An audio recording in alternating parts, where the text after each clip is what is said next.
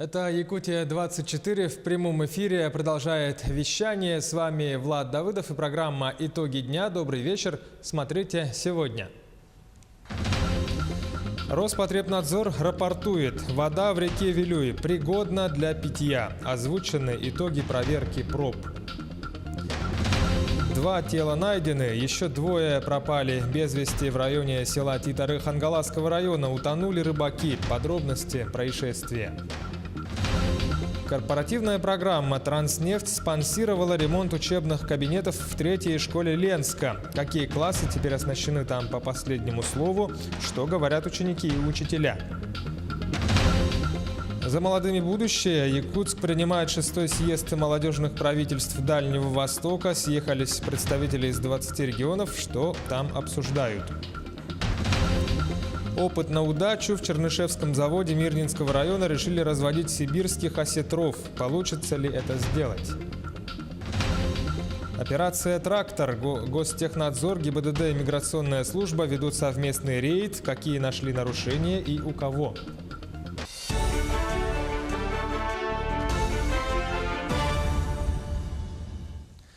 Израиль передал России информацию о крушении самолета Ил-20. Встреча делегаций состоялась в Москве. Тель-Авив также поделился данными о попытках Ирана укрепиться в Сирии и передать стратегическое оружие Хезболле. Кроме того, военные согласились с необходимостью дальнейшей координации действий в Арабской Республике.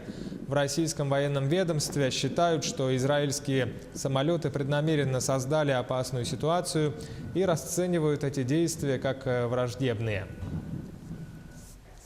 В ходе рейда Россельхознадзора на фрукто-овощной базе на улице Труда 4 в Якутске обнаружили фрукты, зараженные карантинными вредителями. Гусеница восточной плодожорки найдена в яблоках производства Китая, завезенных из Уссурийска. Также опасный карантинный вредитель щитовка калифорнийская выявлен в грушах и нектарине из Кыргызстана, поступивших из Новосибирска. Зараженные фрукты уничтожили на полигоне твердых бытовых отходов в столице. Физические лица не известили в управлении Россельхознадзора, соответственно, в отношении продукции не проведен карантинный фитосанитарный контроль. Филиалом Иркутской межобластной лаборатории было подтверждено наличие карантинных вредных организмов, карантинных объектов. Зараженная продукция была утилизирована в городском полигоне бытовых отходов города Якутска. Физические лица привлечены к административной ответственности по статье 10.3 КоАП РФ. В районе села Титары Хангаласского улуса утонули рыбаки. Сообщается, что их было 4. Тела 2 человек обнаружили, еще 2 считаются пропавшими без вести.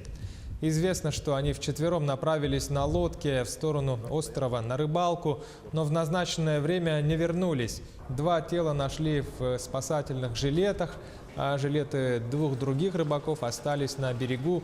Их поиски продолжаются. Лодку также не нашли. По словам местных жителей, 2 были из Хангаласского района, 2 приехали из Якутска. 17 сентября из селения Титары на моторной лодке в район Налба убыли 4 человека с целью рыбалки. И в установленный срок не вернулись. По факту данного происшествия организовано взаимодействие с оперативными органами и органами местного самоуправления. 20 числа было найдено 2 тела пропавших. На сегодняшний день организованы поисково-спасательные работы. Участвует 17 человек на 2 лодках. Предварительно причиной данного происшествия послужило управление транспортным средством в ночное время и в темное время суток. Вода в реке Вилюй пригодна для питья. Концентрация загрязняющих веществ снизилась до фоновых значений согласно результатам исследований проб в реке у 10 населенных пунктов. Напомним, в августе в Мирнинском районе из-за ливневых дождей прорвало дамбы дражных полигонов Алроса на реке Ирелях. Загрязненные воды с содержанием ионов железа и меди попали в реки Вилюй, Ирелях и Малое Батобье. Вот что говорит Роспотребнадзор. Всего исследовано более 100 проб из реки Вилюй, а также более 250 проб из социальных объектов, автоводовозного транспорта, альтернативных источников и после очистки из водоочистных сооружений. На сегодняшний день по результатам проб от 14, 16, 17 сентября результаты воды, отобранные из реки Вилюй, показали, что произошло снижение концентрации взвешенных веществ до фоновых показателей в 5 районах, в которых были проведены исследования. Это в Мирнинском, Сунтарском, Нюрбинском, Верхневилюйском и Вилюйском районах. По результатам исследований вода из реки Вилюй пригодна для хозяйственно-бытовых целей. В Чернышевском рыбоводном заводе в Мирнинском районе решили разводить сибирских осетров. Для этого там закупили и смонтировали специальное оборудование. А на днях завезли 28 половозрелых особей. И уже этой весной планируют получить первое потомство. Как проходит процесс адаптации рыб к новым условиям? Сюжет Иванны Филипповой. Более крупные особи. Вес примерно около 4 килограмм. Вот рыбу удержать невозможно, слишком она все-таки сильная. Новые обитатели Чернышевского рыбзавода чувствуют себя превосходно. Все осетры проявляют активность. В эти дни 28 половозрелых особей были доставлены вертолетом из Булунского улуса. По словам директора Василия Черепанова, 8-часовая перевозка стала для них первым серьезным испытанием. Компания «Алмаз-Анабара», мы в Молодо садились, там подогнали пожарную машину, добавили нам свежей воды. В порту поселка Полярный тоже нам очень хорошо помогли, рыбу быстро перевезли, все сделали. Экипажу вертолетов, который нас вез, тоже очень хорошо помог. Теперь перед работниками рыбзавода стоит еще одна не менее важная задача – перевод сибирских осетров на искусственное питание. Ведь в дикой природе эти рыбы питались зообентосом – мелкими организмами, живущими на дне водоемов, и личинками комаров. Осетра кормим вот таким дождевым червем, берем его из естественной среды обитания, берут они его с охотой, кушают хорошо, потом будем постепенно переводить на искусственный корм, гранулированный искусственный корм. За состоянием маточного стада следят круглые сутки. Процесс адаптации к искусственным условиям длится несколько недель. Эта рыба привыкла к водоему с проточной водой, но, несмотря на это, они чувствуют себя превосходно. Здесь, поддерживается определенная температура воды обязательно. А вообще водоснабжение круговое, то есть происходит постоянно очистка. Если осетры удачно перезимуют, уже весной от них получат икру. В конце июня часть мальков выпустят в Лену. Около 25 тысяч будут подращивать для товарного размера. Иванна Филиппова, Антон Каханский, телеканал «Алмазный край». Якутия получит на реконструкцию аэропортов 21 миллиард рублей. Средства будут направлены в течение 5 лет. Так, самым крупным проектом станет модернизация аэропорта в Нейрюнгри. На эти работы будет направлено 7 миллиардов рублей на период до 2021 года. Кроме того, из федерального бюджета будет профинансирована реконструкция аэропортового комплекса «Полярный» в поселке Удачный Мирнинского района, также аэропорта Нюрбы и Алекминска. Кроме того, аэропортового комплекса в селе Маган и поселке Усть-Нера. В Якутии идет второй этап операции «Трактор». Это совместный рейд Гостехнадзора, ГИБДД и миграционной службы. Какие нашли нарушения и у кого? Подробнее Александр Зубехин. Инспекторы Гостехнадзора обращают внимание вот на такую самоходную технику, которая находится в процессе эксплуатации, потому что именно использование такой техники без соответствующих документов является нарушением закона. Основные нарушения, которые выявляет Гостехнадзор – отсутствие ежегодного государственного технического осмотра и категории тракториста-машиниста на право управления самоходной техникой. При отсутствии удостоверения тракториста-машиниста или соответствующей категории является прямой угрозой опасности жизни и здоровья людей и имущества. По сравнению с прошлым годом количество нарушений уменьшилось, однако машинисты, которые нарушают законы, по-прежнему есть. Есть прохождение ежегодного технического осмотра, и данное нарушение влечет за собой административное правонарушение по статье 9.3 Кодекса административных правонарушений Российской Федерации. Что это за что? Нарушение правил эксплуатации без технического осмотра предусматривает штраф на водителя от 100 до 300 рублей. Недавно, прошлый день закончился, просто я в Улусе был. Недавно приехал, на понедельник пройду. За город поехал, там же нет уже технадзора. Если ситуацию исправите. Конечно. Остальные документы у вас все в порядке? Да, вот. Все нормально. Права российские, все.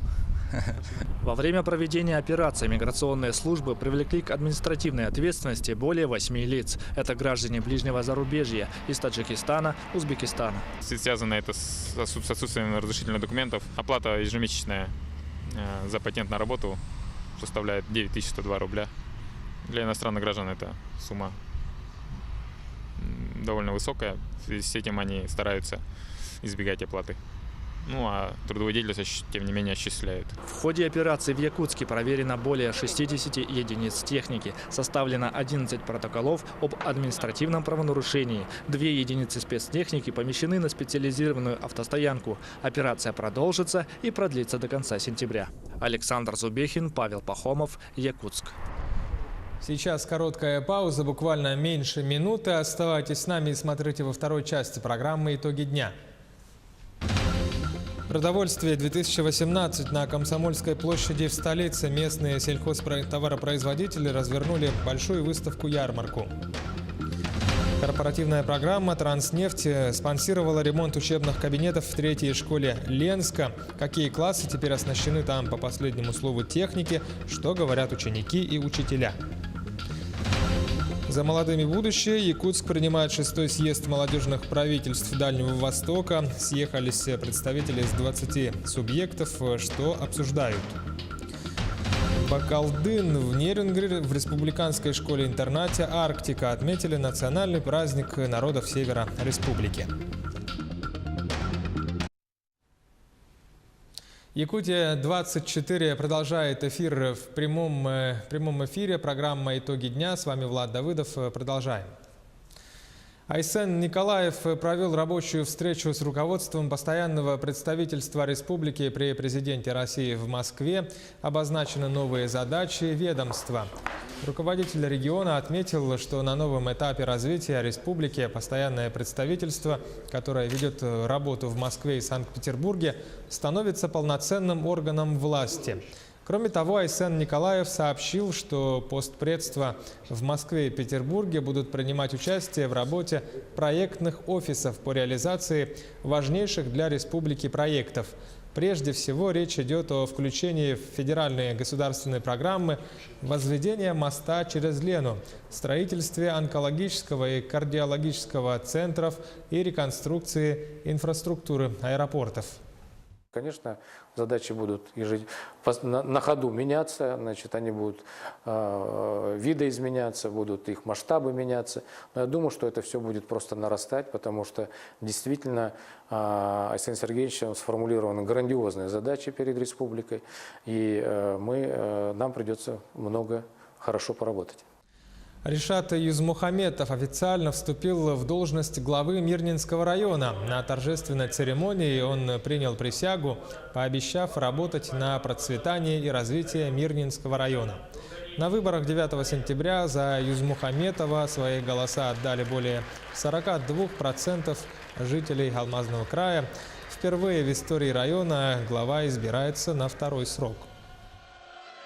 Если говорить об основных проблемах, которые волнуют жителей Мирнинского района и которые мы должны решить в ближайшие 5 лет, это 3 проблемы. Это, во-первых, развитие транспортной инфраструктуры в Мирнинском районе, это ускорение строительства федеральной дороги Вилюй на участке от Верхней Маркова до села Тасурях, это строительство моста через реку Малая Бытообе, это капитальный ремонт и ремонт 2 мостовых переходов на республиканской дороге Анабар. Это строительство нового аэровокзального комплекса и взлетно-посадочной полосы в аэропорту города Мирного. Это реконструкция взлетно-посадочной полосы в аэропорту Полярный. Вторая проблема – это переселение из ветхого и аварийного жилья. У нас только на данный момент в удачном Сюльдюкаре и Тасуряхе нет аварийного жилья. Ну а народные депутаты Госсобрания Илтумен 6-го созыва получили мандаты. 70 избранным депутатам удостоверение вручило руководство Центральной избирательной комиссии. По результатам, если вкратце сказать, то представители партии «Единая Россия» получили 43 мандата, представители Коммунистической партии Российской Федерации 10 мандатов получили, Еще 9 мандатов получили представители «Справедливой России». 4 мандата получили представители Либерально-демократической партии России. 1 мандат достался представителю партии «Гражданская платформа», а также еще 3 мандата получили самовыдвиженцы. В Якутске собрались представители более 20 субъектов России на 6-м съезде молодежных правительств Дальневосточного федерального округа. В течение 3 дней делегаты будут обмениваться опытом, участвовать в круглых столах и дискуссионных площадках. Все подробности у Дмитрия Тымырова. Якутия уже 2-й раз собирает лучших представителей молодежных правительств Дальневосточного округа. В этом году помимо представителей Дальнего Востока приехали участники из других субъектов страны. Их более 100 человек. Наша цель основная – привлечь молодежь Дальнего Востока, сложить наши компетенции воедино и реализовать какой-то такой большой проект, который решал бы вопросы не одного региона, а межрегиональное сотрудничество. В рамках съезда участники будут обмениваться опытом работы молодежных правительств своего региона. Делегатами этого съезда стали представители 3 субъектов Дальнего Востока – Приморского, Хабаровского и Камчатского краев. Ребята уже сегодня расскажут о лучших проектах своих молодежных правительств. Мы сначала расскажем о лучших проектных практиках молодежного правительства за предыдущие годы и сейчас. То есть это у нас были акции «Бессмертный полк», мы выступали организаторами, именно 3-й состав молодежного правительства выступал организатором акции «Бессмертный полк». У нас есть молодежные администрации. Также у нас в этом году уже в 5-м составе молодежного правительства у нас девушка представила проект «Ясное зрение». Завтра по программе съезда участники будут работать по 4 секциям: цифровая экономика, демография, кадры и профориентация, патриотическое воспитание граждан, год добровольца в России, по итогам работы которых будут выработаны предложения по развитию Дальневосточного федерального округа. По итогам съезда мы по 4 направлениям, по которым будем работать, должны разработать совместные проекты. И эти проекты по итогам съезда мы в будущем планируем реализовать во всех субъектах Дальнего Востока. Организаторы мероприятия надеются, что по итогам работы съезда станет не только выработка целей и задач развития региона, но и тесного взаимодействия всех молодежных правительств страны в целом. В процессе работы мы будем находить точки взаимодействия для того, чтобы можно было понять, когда и куда нужно подключаться тому или иному региону. Вы понимаете, в каждом регионе есть своя специфика. Есть определенные векторы в своем регионе, и каждый компетентен в меру своего развития, допустим, по поддержке со стороны государства. Посмотрим. Я надеюсь, что результаты нашего съезда будут большими. Ну а работа съезда завершится в воскресенье, где будут оглашены главные задачи молодежного правительства по развитию Дальневосточного региона и названия проектов, которые будут реализованы на ближайшие годы молодежными правительствами субъектов страны. Дмитрий Тымыров, Георгий Григорьев, Якутск. В Общественной палате республики обсудили пенсионную реформу. Участие приняли руководство Пенсионного фонда и руководители образовательных учреждений. Вступление закона о повышении пенсионного возраста в силу предполагается с 1 января 2019 года. Сотрудников образования затронут все меры, потому что, во-первых, мы говорим о повышении возраста выхода на пенсию. Это коснется исключительно всех жителей и республики, и нашей страны. Кроме того, вносятся некоторые изменения в возраст выхода именно педагогам в том числе. На Комсомольской площади в Якутске местные сельхозтоваропроизводители развернули традиционную большую выставку-ярмарку. Она продлится до 23 сентября. По ценам ниже рыночных представлены свежие овощи, мясная, рыбная, молочная продукции, ягоды, мед, напитки. Принимают участие 146 предприятий из 24 районов республики. Особым событием ярмарки станет презентация нового бренда «Ниренгринская эко-птица». Основные преимущества нашего бренда от перевозной продукции – это то, что мы используем экологические корма, выращенные у нас в Якутии. И из этого зерна, якутского зерна, мы делаем комбикорм и даем своим же птицам, и мы получаем экологически чистый продукт. В будущем мы планируем открыть линейку ассорти, то есть это на одной подложке будет голень плюс крыло, там филе плюс крыло и так далее.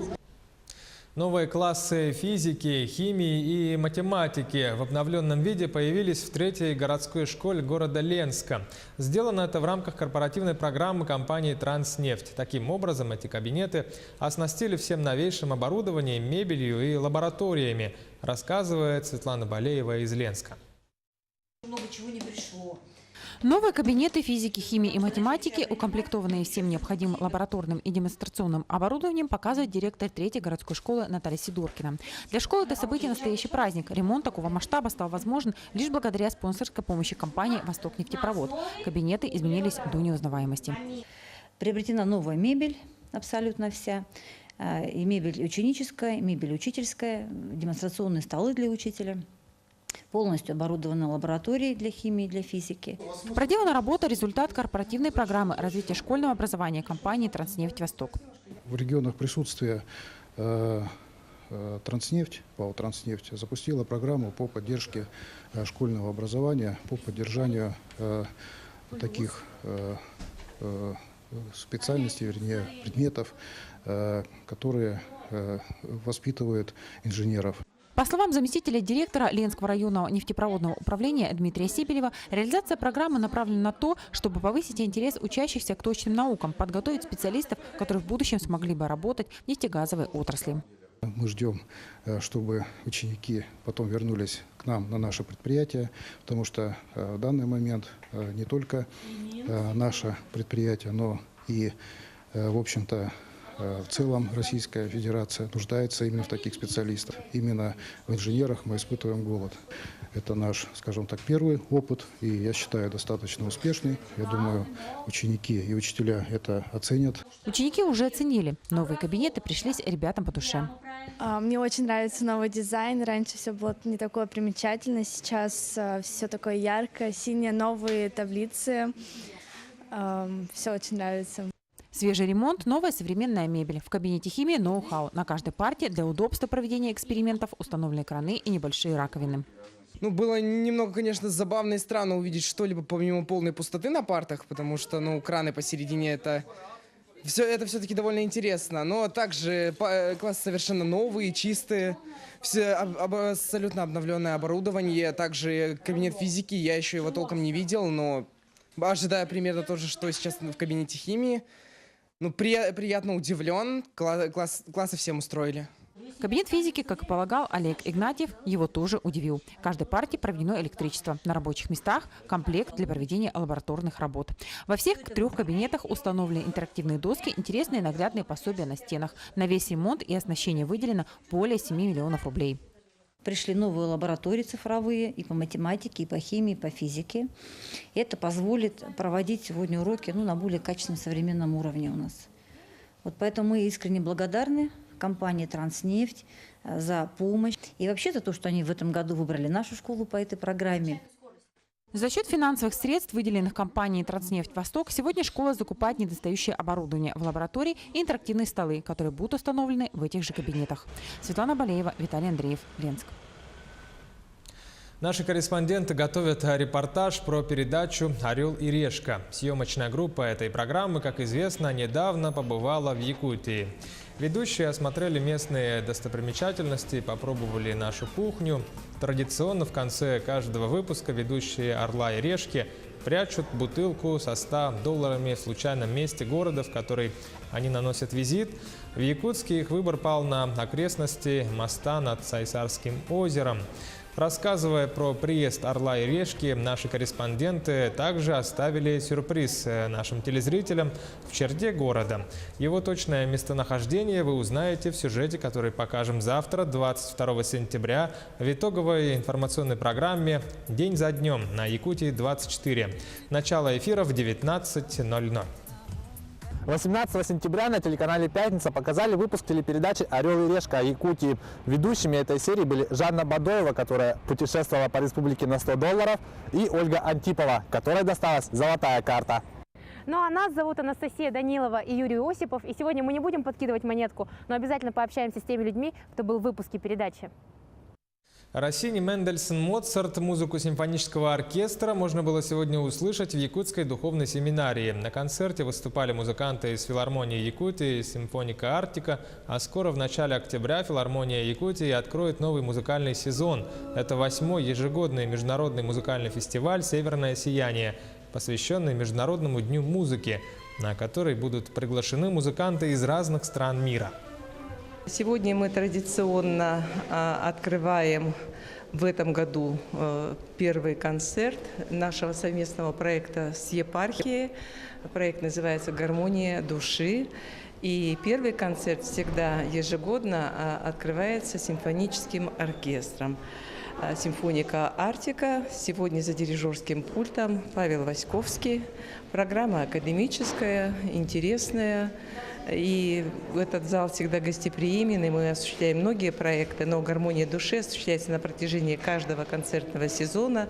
И последующие концерты – это будут концерты камерной музыки, отдельных музыкантов. А сегодня симфонический оркестр.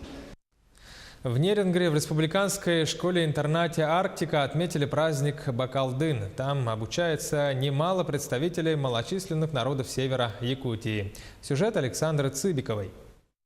Айке, но таке дялбу, айш билды, абгар билды. После теплого поздравления директора школы «Арктика» Марии Руфовой начался конкурс икеленов «Запевал». Первыми вышли на площадку представители венской общины. В красивых национальных нарядах выступали девочки из Момского улуса, порадовав всех новым танцем.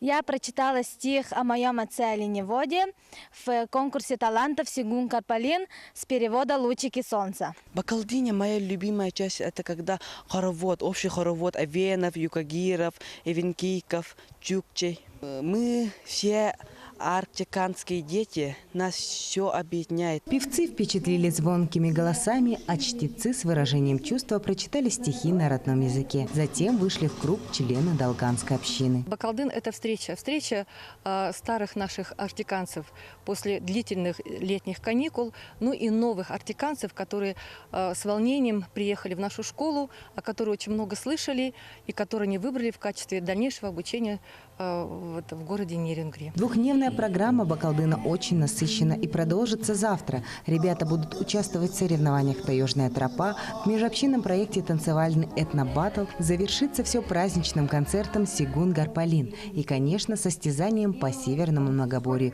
«Игры предков». Александра Цыбикова, Вадим Барашков, Нерингре. Таковы итоги дня. Оставайтесь на нашем канале «Якутия-24». Будьте всегда в курсе.